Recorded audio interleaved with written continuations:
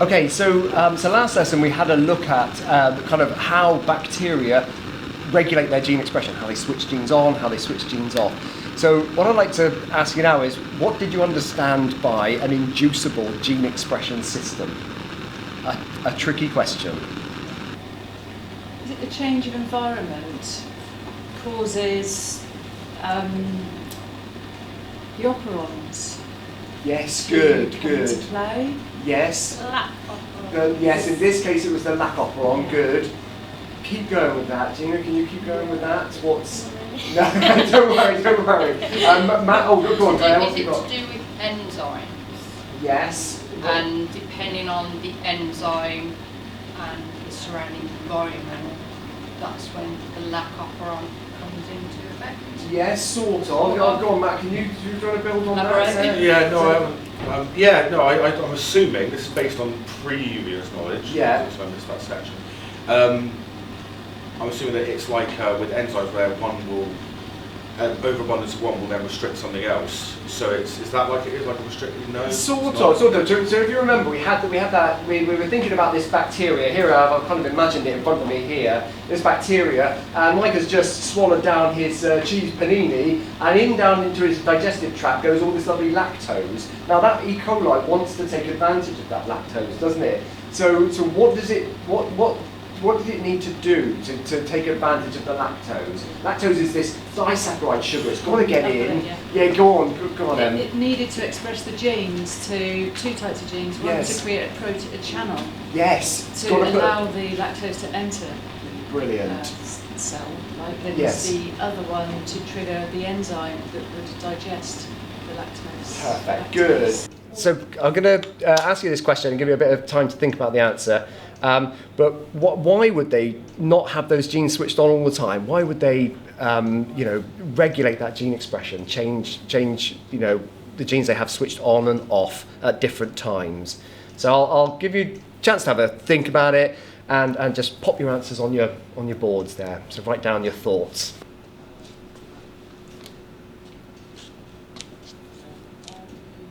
I'll get you all to show me your answers if that's all right.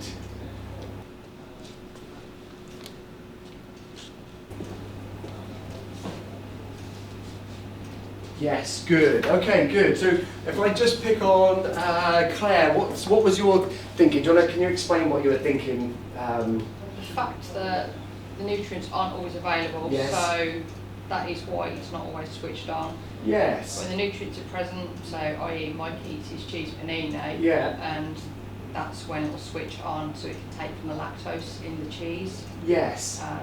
So fundamentally, what do you think the reason is from the bacteria's point of view? I know bacteria don't have reasons, but nature has kind of endowed them with some reasons. So switch on, so it can take from the lactose, so it then can get the energy to go through all its processes, the transcription and translation. Yes, good. So it can utilise that food source. Good. I'm gonna go to Matt. Can you explain some of your thinking there with the? The first thing I was mentioning was just that it would be a waste of energy. It would be a waste of energy. I think most of you, put that down. Okay, so we've made a streak plate. Now a streak plate would be made for many different reasons, but what I'd like you to think about now is some of those reasons. Can you think of some of the reasons, the purpose of creating a streak plate like this? So just to remind you, we've spread and we've done crossed the lines all the way down, and Gina mentioned earlier it was about kind of diluting the number of bacteria. The purpose is to get to single colonies. Can you think of the reasons why someone would make a streak plate in this way?